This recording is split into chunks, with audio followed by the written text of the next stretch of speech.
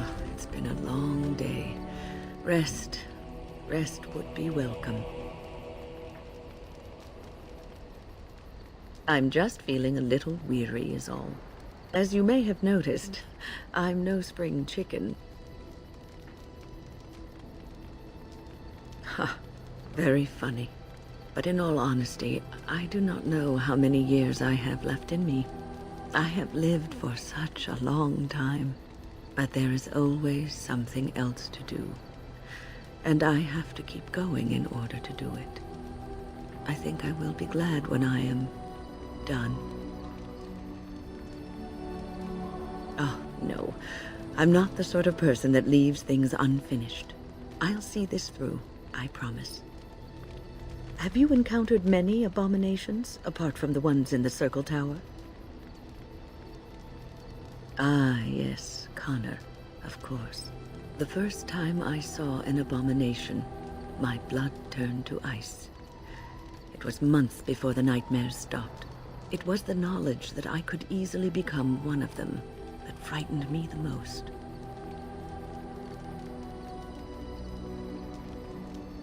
One slip. All it takes is one slip, and everything you are is simply gone, replaced by madness. And there is no turning back, or at least that's what they say. Of late, I have begun to wonder if there is any way an abomination can be cured, or if a mage could be so possessed and still retain their sanity, their humanity. Yes, it is madness and cruelty that define abominations. If those are lacking, if the mage remembers the person they truly are, then they are not an abomination. I never saw that. Thank you for showing me another way of looking at it.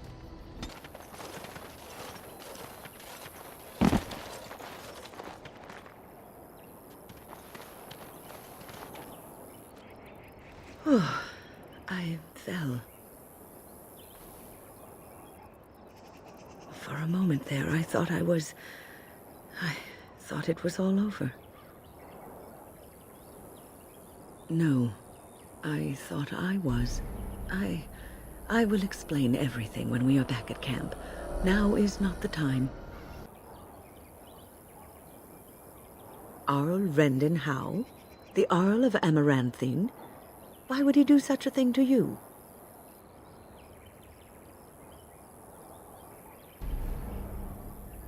You are the last of the Couslands? I had no idea. My lady?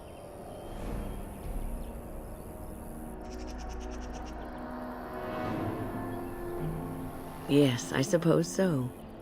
You can no longer have a title, can you? But that does not mean you must forget utterly where you came from. Take heart, dear friend. You survived, even when you were not expected to.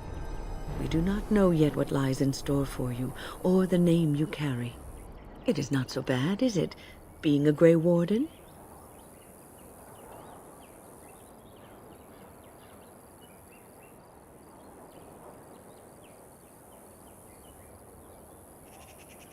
Sometimes it gives me comfort to think that everything will end up the way it's supposed to. That it will be all right. You were chosen. You survived the joining when others did not. Perhaps it was meant to be. I owe you an explanation for what happened earlier.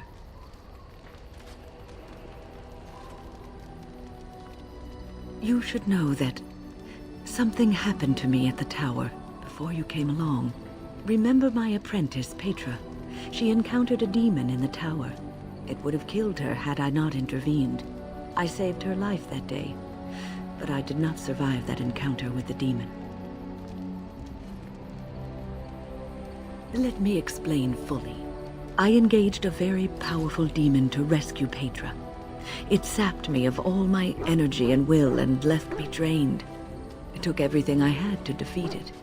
And when I was done, I no longer had the strength to keep my heart beating. I remember my life ebbing away. Everything receded from me. Sound, light. I remember being enveloped in complete, impenetrable darkness. And then I sensed a presence enfolding me and cradling me, whispering quietly to me. The sensation is impossible to describe. I was being held back firmly but gently, as a mother would a child eager to slip from her grasp. I felt life and warmth flowing through my veins again. I began to be aware of small sounds and the discomfort of my hip pressing into the cold stone of the tower floor. The Fade contains spirits both benevolent and malicious. The benevolent spirits seldom make themselves known, because they want nothing from mortals, unlike the demons. It was one of these spirits that saved me. Without it, I would be dead. And it has not left me. It is with me, even now, bonded to me. You see, I am supposed to be dead. It is the spirit that is keeping me in this world. And this is not the way of things. Perhaps the spirit did not expect this, but it is weakening gradually. I am living on borrowed time.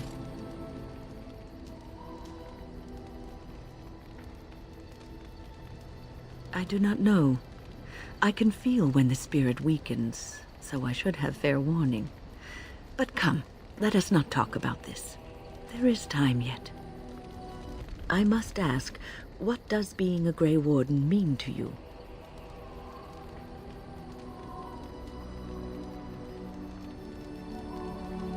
There's that, of course. But there's more to being a Grey Warden than killing Darkspawn and saving the world from the Blight. Ultimately, being a Grey Warden is about serving others, about serving all people, whether elves or dwarves or men. As a Grey Warden, you are a guardian of men, and you guard them because their continued existence is more important than you are. Thus it is you who serves, not they. A good king, a true king who cares for his land, uses his power to rule firmly but fairly. He serves his people first and foremost. The king who does not do this, who believes that he is entitled to his power, who abuses it and uses it for his own means, is a tyrant.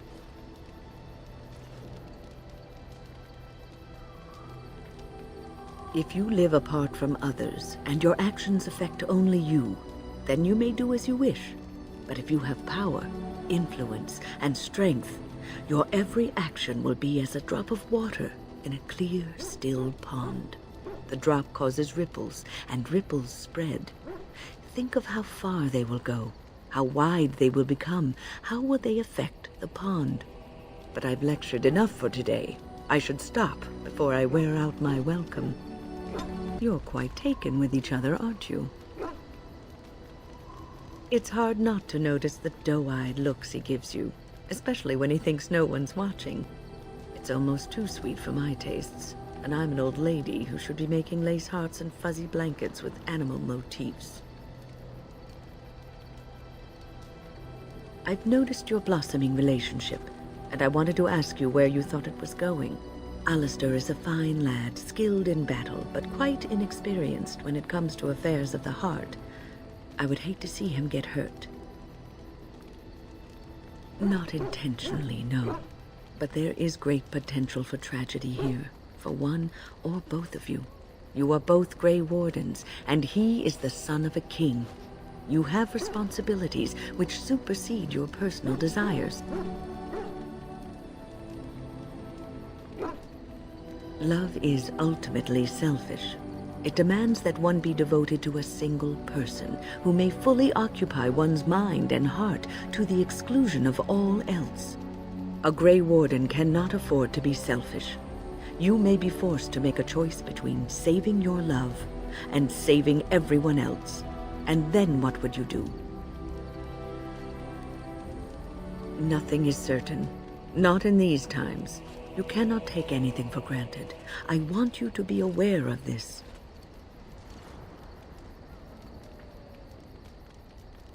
You may have to. to save one or both of you unnecessary anguish later on.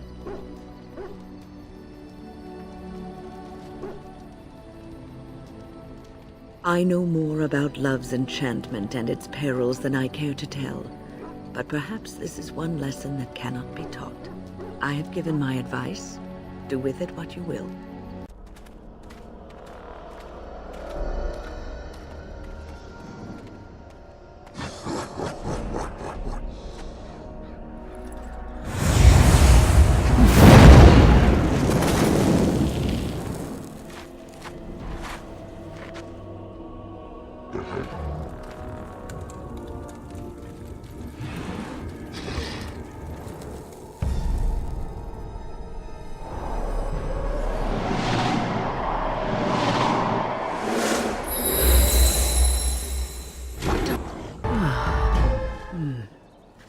That was interesting and draining. I called forth the spirit that sustains me so that it could lend us aid. I did not realize it would take this much out of me. It seemed a good idea at the time, if a little rash. I think it may have weakened the spirit a little. Well, that's certainly conceivable. I suppose I shouldn't be using that particular trick to entertain children at parties. It's not a demon that requires controlling. Really, you need not fear it. I promise I'll be careful. And thank you. Your concern is touching. What's on your mind? I have watched you for a time, and perhaps I was wrong. There seems to be something special between the two of you. He seems less guarded when in your company, allows himself to relax, and he seems genuinely happy. I think I was too harsh in my judgment before, and I am sorry. What you have may not last forever. Death and duty may part you. But love's worthiness is not diminished because of that. I should have seen this before. Instead, you learn to cherish every precious moment that you spend together, knowing that it may be the last. And for those of us watching, well, it brings warmth to these old bones to know that something so beautiful can be found in the midst of chaos and strife. I have always had an affinity for the spirits of the Fade. As a child, I never feared my dreams because I knew they were there. I've always been able to feel the spirits, even if I never saw them. And as I nurtured my talent in the circle, I became more sensitive. I began to notice every time I was in the Fade, whether it was in a dream or in magical practice, that I was being watched. I suppose they must. It is these benevolent spirits that create our dream worlds in the Fade. Sometimes I would see it, a glowing, nebulous form. Most times I would just feel its presence, gentle and comforting, but somehow alien. I think it is a spirit of faith. They have never been seen before, and perhaps I am wrong. But something tells me I'm not. It always felt like the same entity. This one spirit was curious about me, and was guarding me, for want of a better word. There were times when I was in the Fade that it seemed to stretch forth to shield me, keeping me safe. And I think it gave me strength in my most terrible battles, Ostagar being one of them.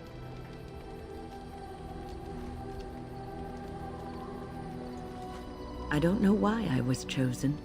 Perhaps it knew that there was something more that lay in store for me. I like to think that I was given a rare chance, and I'm going to make the best of the time so generously given to me.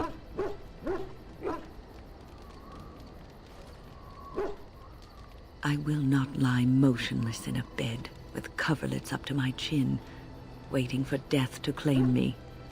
That is not the death for me. And so I will fight alongside the Grey Warden, and help prepare her for the task that is yet before her. So you had better listen to me, because I swear, if I should fall before the end and you don't seem to be doing things properly, I'll get up again to give you a good finger-wagging. You know, I think you'll be all right, even without my help. What's on your mind? Cure me? What, am I sick now? Even you know that you cannot cure the dead. And I'm not the only one dying. You are too. I'm just more efficient about it. Ah, child, your concern is heartwarming. But death comes to everyone, and it is not something to fear. People fear not death, but having life taken from them. Many waste the life given to them, occupying themselves with things that do not matter.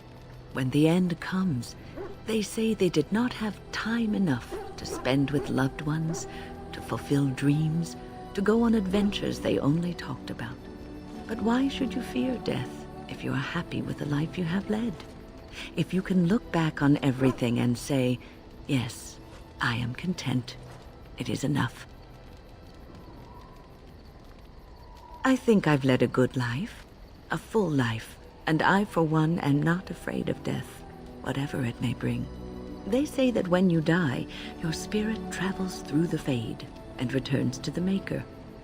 And after that, we'll see, won't we? What's on your mind? Is something troubling you? No one said it would be easy. You are one of the 2 surviving Grey Wardens in Ferelden. You defend all of us, and much rests on your shoulders. It may not mean much to you, but thank you for having the courage to continue to fight. And that gives me hope. Have you heard much about the Grey Wardens of old?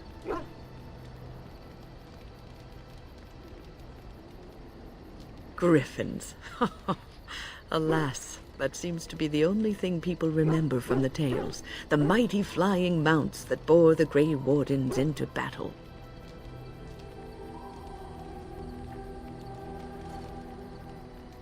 Unfortunately, they've all passed back into the Maker's hand. So that wish will have to go unfulfilled.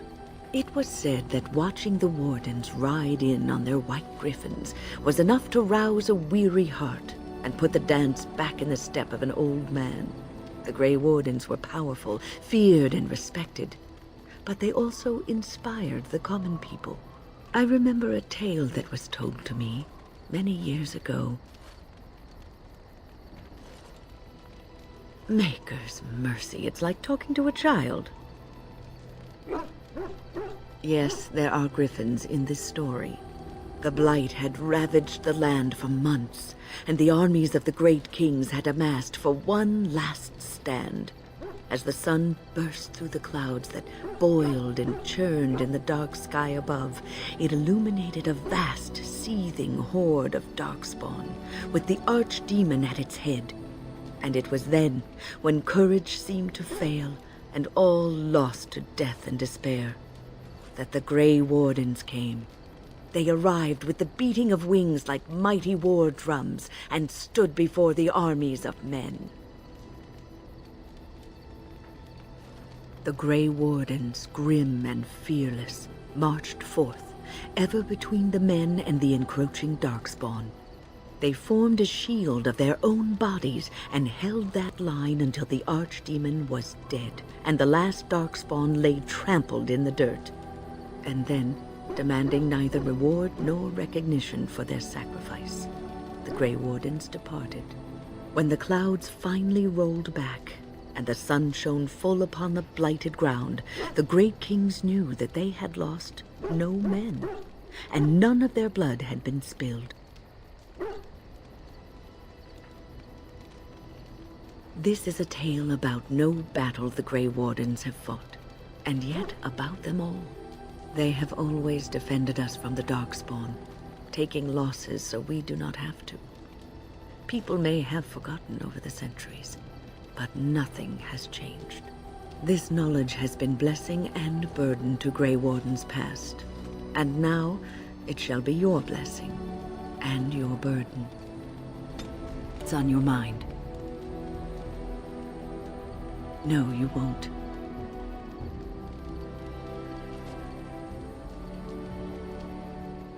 Were you expecting an, "Oh, I'm sure you will. You'll have dozens of babies and die happy and old in your bed"? No, you won't. If I had said that, it would have been a lie, and I would have been doing you an injustice. You wonder sometimes, don't you? If your life would be better if you weren't who you are. When I was a young woman in the tower, I came to the realization that the circle would be my life, and I would know no other. Family, love, a simple life. These were things that others took for granted, that I would never have. It made me very moody. All I could think of was being trapped in that tower with no way out and no end in sight. I started hating my life and myself, and one night I found myself in the tower's chapel. I was seeking refuge, maybe answers.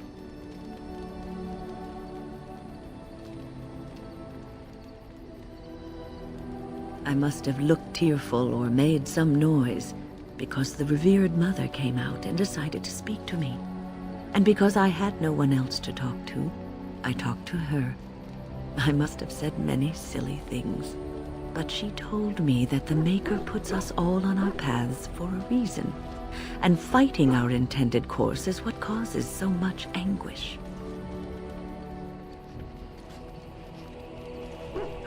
I thought the old biddy was full of rubbish. I was 15, maybe 16, and I knew everything. So I left, but I always found my way back to that chapel. And as the years passed, I began to see the truth of her words. We were supposed to be polar opposites, mage and priest. But we weren't. There was much about us that was the same.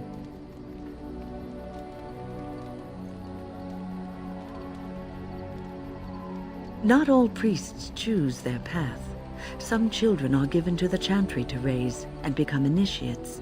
The revered mother had lived in the chantry all her life, as I had been in the tower for all of mine. She taught me that you can find your family in the people around you, that you can love your work and find fulfillment in duty. And there is joy even in self-sacrifice. If you put others before yourself, then their well-being is yours, and their happiness is your happiness. You can scream and cry and be angry about life as a Grey Warden, or you can accept it and allow yourself to see the good in it. This is your choice. What's on your mind? I will answer to the best of my ability. The circle is in good hands. Irving knows what to do, and he doesn't need me underfoot. For now, I will support those that battle the Darkspawn. I do feel I left things unfinished in Ostagar. There is so much left to do, and I would be part of it. The Grey Wardens, all 2 of you, need all the help you can get.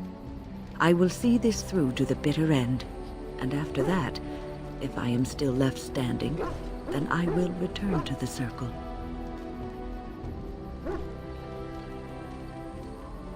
Perhaps. It's on your mind. I will answer to the best of my ability. People don't become mages. They are born mages. The talent just surfaces later.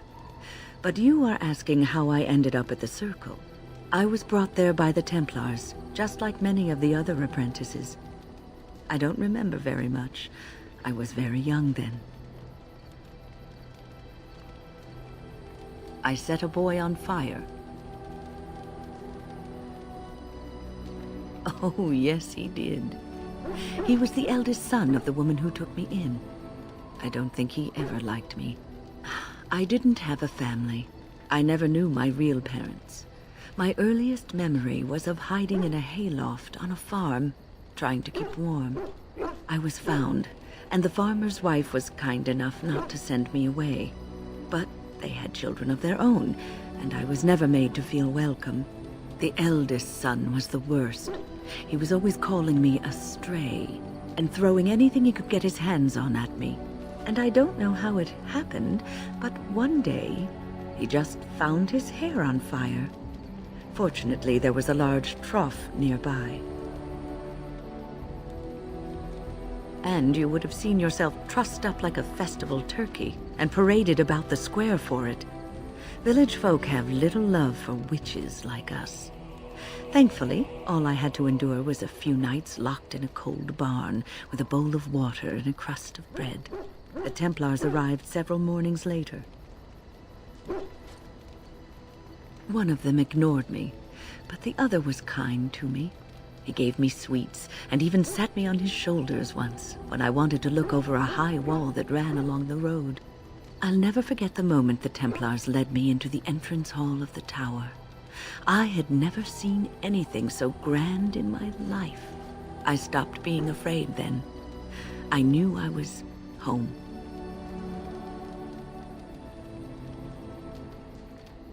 I will stop. Reminiscence on times long gone should be a private, self-indulgent pastime. I would be lying if I said it was easy. First, there were rules, and we were constantly watched to make sure we behaved appropriately. Then there was the study of magic. We had to cast the spells just so, control the effects completely. A single word spoken incorrectly, a gesture out of sync, and lack of focus. And we needed to have perfect focus, or we would be in danger. From Fade spirits. If we were careless, they would enter our minds, and we would become abominations. Without the circle and my mentors, I would not have been where I am today. And there was joy in life at the circle. The joys of fellowship, in knowing that you were not alone in your struggles. In spite of everything, I was happy in the tower, and I loved it.